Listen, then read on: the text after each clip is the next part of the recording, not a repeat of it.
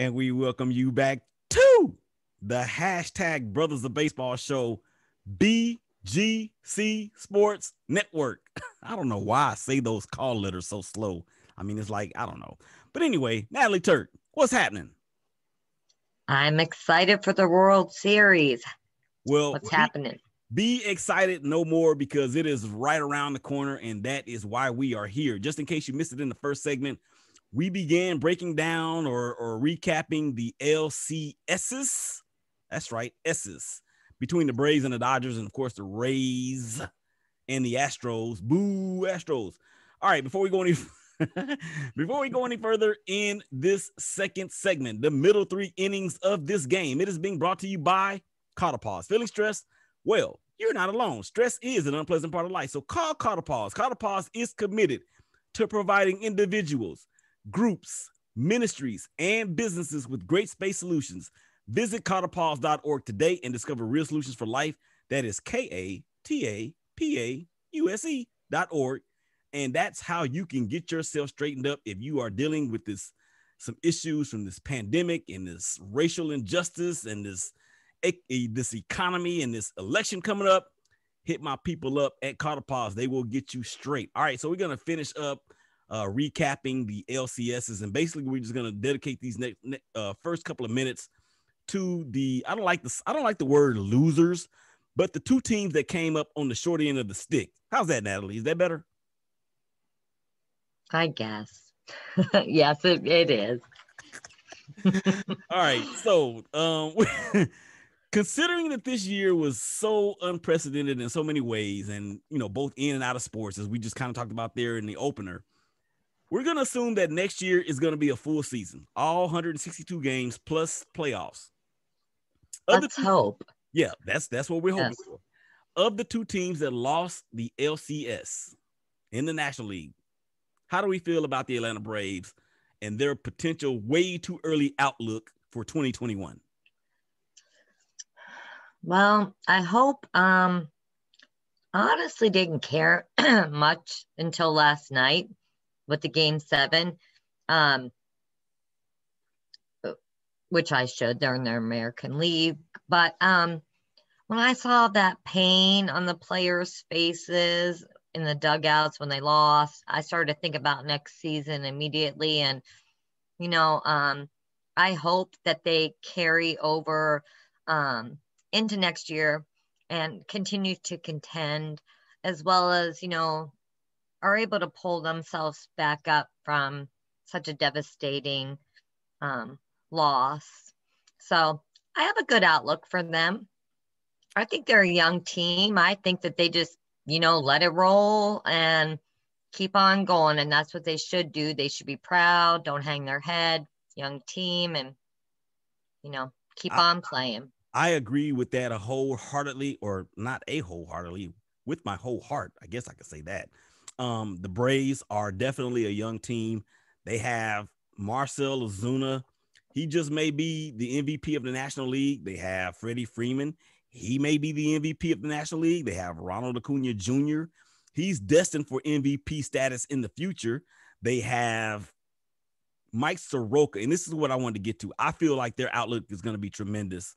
And with all of the opt-outs from so many people and so many players throughout the season, when you have Mike Soroka that you didn't even have for the season or for the postseason, when you don't have Cole Hamels, who you inked on a one-year deal in the offseason, when you don't have Foster Wickens that got hurt as well, and you couple that with those young arms that they already have, I think they are going to be right there again.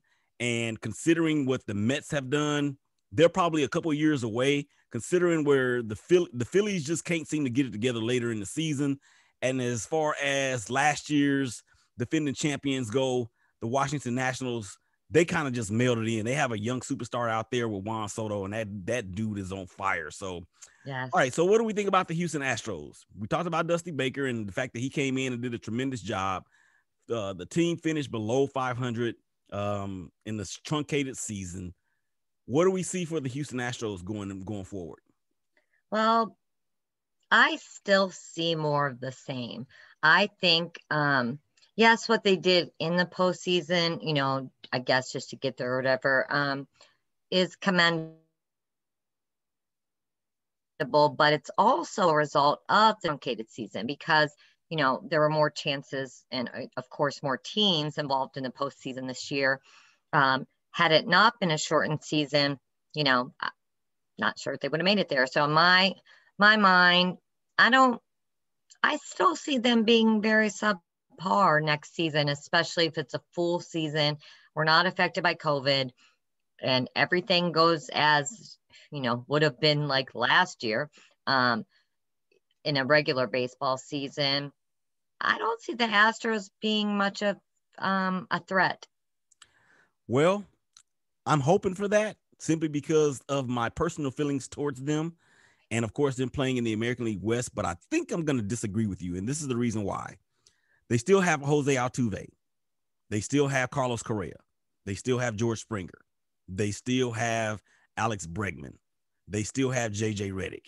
And they will still have Dusty Baker for whatever that may be worth. But I think for the Astros, what was their main downfall this year, particularly in the postseason, because I think the fact that the season started in July may have had some sort of effect on them because they're normally a really good start off team as far as the season goes. But Zach Greinke ain't the dude anymore. Lance McCullers Jr., he's solid, but he's probably a number 3 starter at best.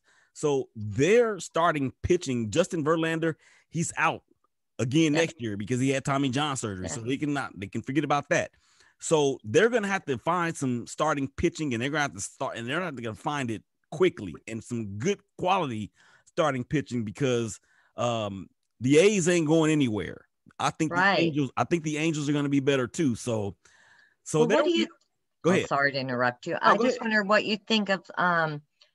So this season, no fans were there. What do you think when they have to? Do you think it affects them at all?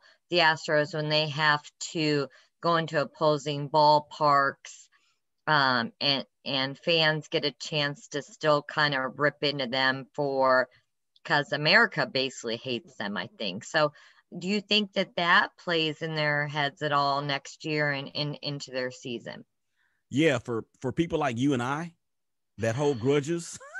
Oh yeah, I would be heckling them and any chance I get. And I don't think we're alone. I mean, I'm on Twitter a lot and I don't even know anyone, even strangers that like them barely. So I'm sure you do being down in Texas. But when you were speaking, I just started to think like, they didn't get to play really with that backlash from fans, opposing fans. And, that could go one or two ways. That could, fire them up and make them want to prove something, or, it could go the other way. It was just a thought I had. Yeah. And I think that for the average fan or the suburban fan, for the lack of a better term, right, for fans that are like not really close to the center, it may not be that big of a deal because we're going to there's been so many other things, so many more important things that have taken place in 2020. Yes, you're right. I don't think it's going to be that big of a deal, but trust me, if I am able to get out there to the park, I am going to do my piece. All right, so that's going to wrap that up, man, for the LCSs and our look ahead, way too early look ahead. It's time to get into some World Series chatter. And as we all know, this is the Fall Classic. This is the hashtag Shakeback, this is the hashtag Brothers and Sisters of Baseball Breakdown. All these games will be taking place at Globe Life Field, Arlington, Texas. Fans will be allowed in the seats. Game 1, that is going to be on tomorrow. And I can say tomorrow because we're doing a show every day that a game is played. So big time now. We're ready. It's that's exciting. Right. So game 1, October the 20th, 7:09 p.m. Tyler Glasnow takes the bump against Clayton Kershaw. Game 2, October 21st, 7:08 p.m. Blake Snell against the undefeated and winless to be determined pitcher later. Right. And then so forth and so on as far as the pitchers to be determined. But game 3, 23rd, game 4, 24th. Look at that. Look at that number plate. Game 5, 25th. And then they actually get a day off for game 6 on the 27th. And game 7 will be on the 28th. Game 5, 6, and 7, if necessary. right down the road in Arlington, Texas. All right. So we're going to do a breakdown. A breakdown. Let's break it on down. Come on. I wish I had some music going right now. Okay, so that was very bad on my part. All right, Natalie, let's get back to business. We're having too much fun. Starting pitching. It is fun though. So I mean, you know, we have to have fun. Baseball's fun. Our teams are out, but we're both sports fans. So, you know, I love my Indians, but I love baseball more. I love the sport itself, and I grew up with it. So, you know, I can't help but be excited, even if my team isn't there. I'm more of a sports fan, and baseball to me is just everything. I love the sport, so I get really excited. Had it been two teams I hated, it's hard to get excited, you know. Right. But I'm glad the Yankees are gone. Right. So, but yeah, so we'll go ahead and we're gonna break down. Is that what we're gonna do? Break down the. Yeah, let's get to it. All right. Starting pitching for the Tampa Bay Rays, we just uttered Tyler Glasnow as well as Blake Snell. They also have Charlie Morton. And of course, the Dodgers have Clayton Kershaw, Walker Buehler, Julio Urias, who was tremendous in Game 7 in relief. Yes, the glasses, the whole focus. That's why I turned it on. I wasn't watching it. Trending on Twitter, Urias, trending, you know, this game. I'm like, okay, I have to turn this game on. And he was lights out. He sat down, what, 9 in a row or something? So it was something ridiculous. Ooh, and they were calling to bring in your favorite, Kershaw. The one, you know, the fans were calling for that on Twitter to bring him in for relief at that pivotal moment. And I believe that probably would have been a mistake, especially the way it played out. So, and I think that might have had something to do with the fact that I don't know if you know this, but Clayton Kershaw is from Dallas. And so that might have something to do with that. I'm going to give the advantage to the Rays because those three words, Glasnow, Snell, and Morton. Charlie Morton proved that he is a big game pitcher, and that was proven again in Game 7 against the Astros. Who you say has the advantage there? I do say the Rays. Really? And I say that even though I've said the Dodgers have this is probably, you know, one of the few that I'm going to give to the Rays. You know, they have Cy Young winner on there. And I think that they also have a really credible, you know, 4-starter in Ryan Yarbrough if they need that. I still believe that Kershaw is vintage Kershaw. So I wanted to lean toward the Dodgers. But I just think with Glasnow and Snell, there's no. I'm gonna give a slight edge to the Rays. Just this little slight edge there. Glasnow is consistently in the triple digits on the gun. All right, catcher. We have the Dodgers with Will Smith, and not the actor, and also not the pitcher for the Braves, who he went deep on. And we have we have Mike Zunino for the Rays. Who you got as the advantage there? Okay, and I love this Will Smith thing. It's great. So with the I always bet on talent, and I'm going to give it to the Dodgers. Smith's easily the best of the 4 catchers in the series. I loved when Will Smith hit the 3-run home run off of Will Smith. Twitter erupted. You can tell I love Twitter with Fresh Prince of Bel-Air references, which I just loved, and Men in Black movie memes everywhere. But I think that I'm going to give it, you know, always hands down here to, and heads up to the, you know, above to the Dodgers. Will Smith all the way. Yeah, best of all. I agree, and there's not a knock, or that's not a knock on Zunino, but Will Smith is on a different stratosphere. You ask me in comparison to these two. All right, we have about we got 3 minutes left to go in this 7th inning. So we're gonna ramp it up, and then whatever we don't finish over here, we'll finish over there. First base, Los Angeles Dodgers, Max Muncy. Tampa Bay Rays, Jean-Mon Choi.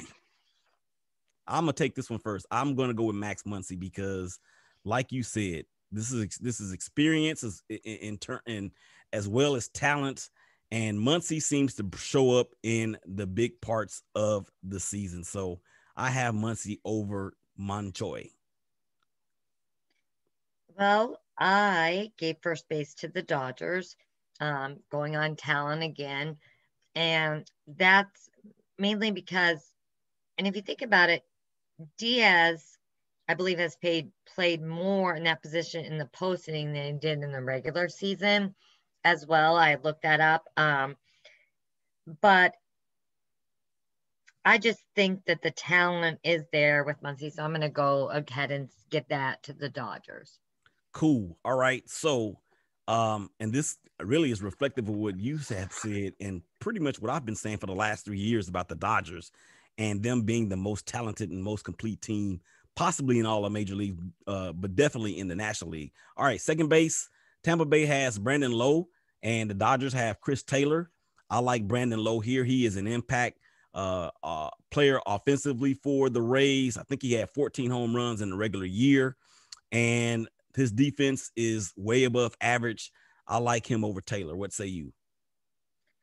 So I do like him over Taylor as well.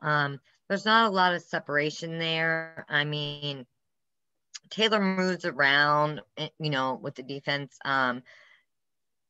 But when I'm saying the complete package and in the offense, I'm going to give that. He had a fantastic season, so I'm going to give the edge to the Rays in second base, of course. All right, so we're going to do third base, and that's going to be the final one that we do here in the second segment as we're running under a minute left to go. Third base, you have Justin Turner, J-Turn, Red, Big Red. And you have Joey Wendell. He needs a haircut, by the way. Sorry. You have Joey Wendell for the Tampa Bay Rays, Justin Turner for the Dodgers. I'm taking Justin Turner hand over fist because Justin Turner does it in the postseason. If I'm not mistaken, he is one of the all-time leading postseason home run hitters in Dodgers history. What say you? I say Dodgers for the exact same reason. He just keeps smashing for the Dodgers, just like he always does. He had carried that all over from the season into the postseason. And he's taken a little bit of step back defensively, but I take him as well. All right. So that's going to wind it down for the second part of the show, the middle three innings, as we are breaking down the World Series, the Fall Classic.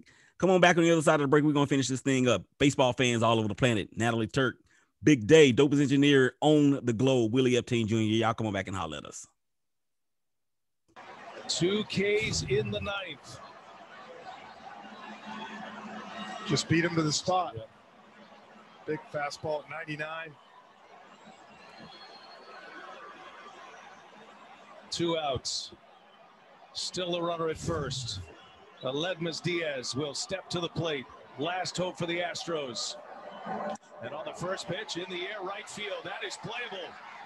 Coming in, Margot, and that's it. The Tampa Bay Rays have won the American League pennant. The Rays are going to the World Series. Oh, yeah, that's right. The Rays are going to the World Series back first time since 2009 when they lost to the Philadelphia Phillies, the call courtesy thereof TBS Sports, as the Rays wrap up the Astros 4-3 in a 4-2 victory in Game 7. All right, we're back. Final 3 innings of the show. Natalie, Turk, say what's up. What's up? Willie Those are beautiful words too. Rays. Yeah. Yes, Game 7. Willie Epting Jr., man, back holding it down as we are rolling with a dual backfield. That's football, but it's okay. This third and final segment is being brought to you by Fork Talk Eatery.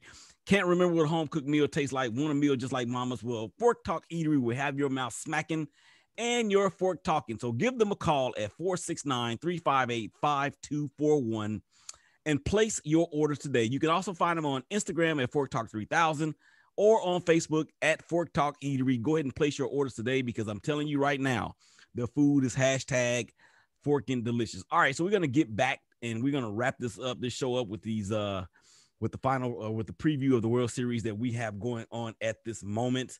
And we left off, we're still talking about the advantages, and we left off with the shortstop for each team. Corey Seager has the advantage there. So we're gonna go out to left field, Natalie.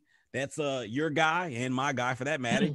Randy Ozarena and Jock Peterson for the Dodgers. Who are you taking with the advantage here? Absolutely, 100%, without a doubt, Arizona.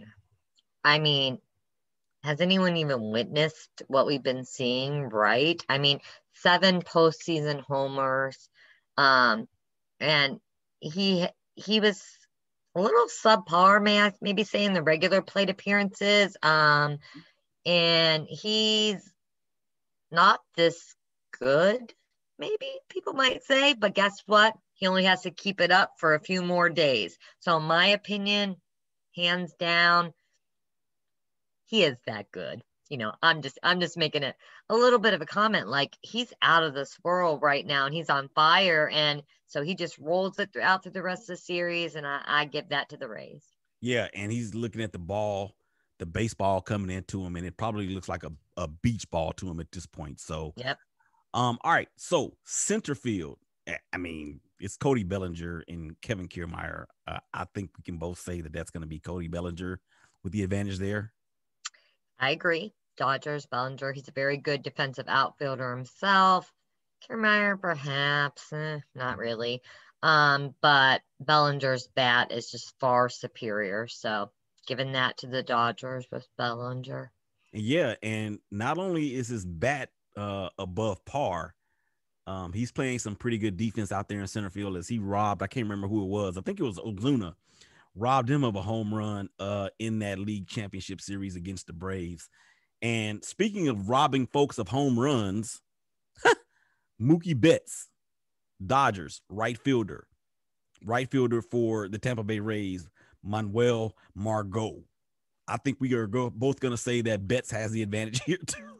She's rolling her eyes. Yeah, Dodger. I mean, come on. Mookie Betts. First of all, it's a full stop. I mean, the team had won 6 straight division titles. They've reached a World Series twice in the previous 3 years. Then they go out and add Mookie Betts. I'd say it's paying off. It might pay off all the way through too as well. I don't even, it's not even close. Mookie Betts. Yeah, and I agree. And for that simple reason, could be the reason why we were both, and probably so many people out there, other baseball, quote unquote, experts, might just be wrong, because with Margot and all this going against him, he'll be the one that winds up being the MVP of this doggone thing. So, all right. That's baseball for you. It all starts over, tomorrow night. So, I mean, or, the first night of the series. So this could all go out the window. Mm-hmm. That's baseball. It gives us something to talk about, and we talk about it very, very well. I'll bet on bets, though. You see what you did there, y'all? All right, designated hitter. And, of course, the rules have changed this year. DH was universally used all in both leagues. And normally, because it's the DH and it's the American League, I would give the advantage to the American League, but due to the fact that this year is unlike we've ever seen before, I'm actually going to give the advantage to the Dodgers. And the reason why I say that is because of 2 things.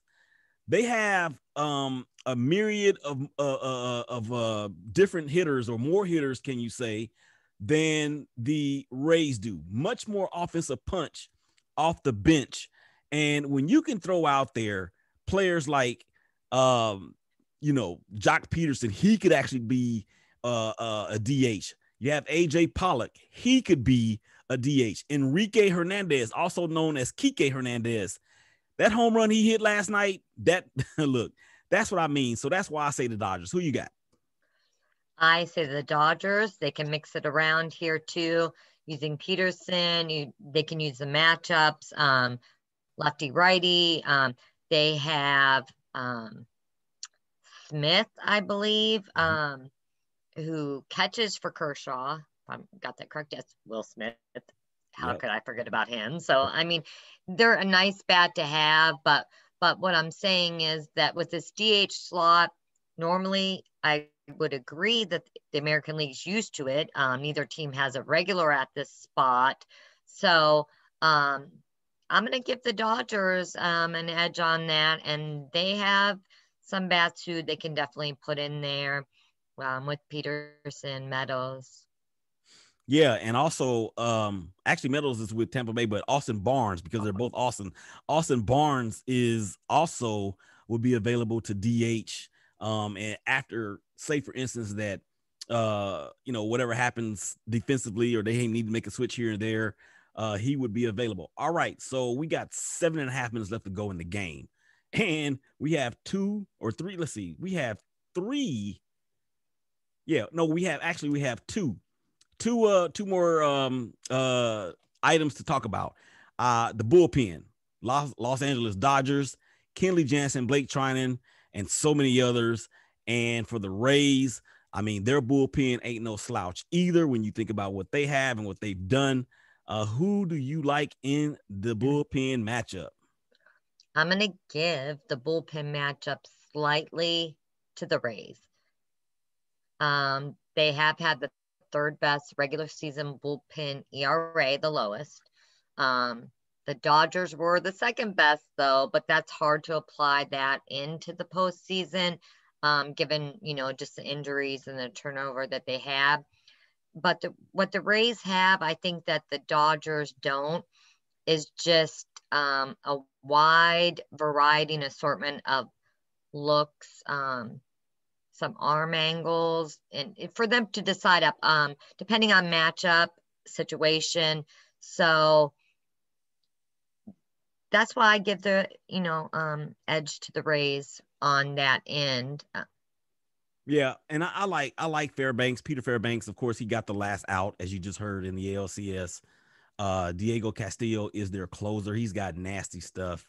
The Dodgers, I mean, when you basically have 2 closers in one pen with Trinan and with Kenley Jansen. So I can understand why you're giving the edge to them. And you also have to throw in there Gratterall, who did a magnificent job in the LCS as well.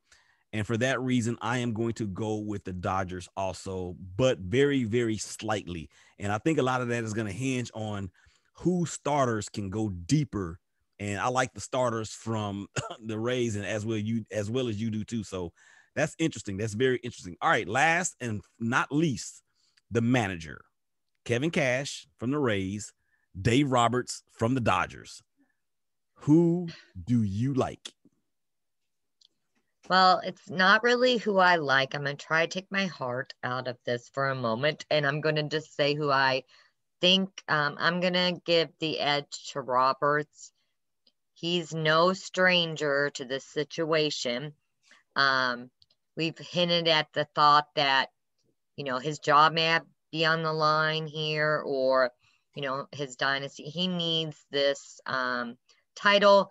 And for that alone, I'm going to give him the edge. Well, I'm going to tell you this. I still don't trust that guy. And I will give him a bit of or not a pass, but I will give him an uptick, if you will, because him leaving Julio Urias in, that was a masterful decision to do that. So until he proves it again in the World Series that he can make moves like that, yeah, he has the more talented team. It's a little bit more different, or it's a little bit different than it was with the Astros, because talent-wise, I think they were pretty equal, but he has the more talented team, so maybe it won't come back to bite him as much. All right, so I'm going with Kevin Cash as the advantage for the Rays in the managerial matchup. I said matchup. We got 3.5 minutes left to go in the game. One quick question I want to ask you, or one quick thing I want us to do is to give thanks to Major League Baseball. Let's do that, and then we're going to predict who's going to win this thing. So I'm going to let you have it first. Give a thank you however you see fit for the 2020 season of Major League Baseball. Well, just personally, on a personal level, I do thank Major League Baseball and the Players Association, even though I was angry at both of them during all the talks. I think we needed this as a country, and at least as baseball fans, with COVID in 2020 and just the things that have been taken from us. We who love baseball needed this. So when they were able to make that agreement, I was so grateful. So I do thank Major League Baseball and the Players Association for giving us a season, albeit, half of a season that we're used to, but we still got to root for our teams. No, we didn't get to go to a ballpark. We could turn on the TV and still have that getaway. Because what I've always said, and I stick to it even outside of this year, is when everything's bad in life, I have baseball. So it's like a getaway for a lot of people. And for those couple of hours that you're watching your team, you can really just kind of let the woes and worries of life and just kind of put yourself into baseball and probably any sport that you're a fan of. But I really want to thank Major League Baseball for giving me personally, during this strenuous year and very odd year, the chance to watch my team play and to give us this week ahead of a World Series that I wasn't sure was going to even happen. So for that, I'm very thankful. I couldn't have said it any better than that. I think the play on the field was tremendous. It felt like college football, particularly when the BCS was going on back in the back during the college football national championship days when the BCS was the format. And it really felt like every game truly did matter. And for that, I thank baseball. I thank baseball for allowing the kids to play with the flipping of the bats and all those sorts of things. And it not being to the thing to where, it's an unwritten rule. Well, who cares about the unwritten rule? Let's just have some fun. So, okay, Natalie, we got a minute left to go in the game. Here it is. Who is going to win the World Series, the 2020 World Series? We dancing now. Let's go. Oh, I am. So I'm gonna stay strong like I've stayed strong. I'm not gonna waver. I'm gonna say Dodgers in 7. On paper, that's who I think wins it. Tampa Bay has my heart, though, right now, but Dodgers in 7. I'm going to go with the Rays in 7, simply because I said it. If the A's don't make it, then we'll be the White Sox. But since they played each other, that was the case. But then since the Astros beat the A's, I was going to go with the Rays. So my MVP is going to be Tyler Glasnow. Who you got? 5 seconds. Kershaw. Oh my gosh, man, we about to get out of here. Y'all enjoy the games. They will be kicking up, or they will be their first pitch will be on tomorrow at 7:09 on the Fox Sports Network. So y'all make sure y'all check it out. We'll be back tomorrow, man, after the first game, as we will dissect that. Willie Epting Jr. Shake Back. Nope. Hashtag Brothers of Baseball. Big Game Christian Sports Network. Up next from Press Box to Press Row with Donald Ware. Y'all make sure y'all check him out. Y'all take care of each other, love each other, stay safe, and we'll holler at y'all again real soon. Peace out.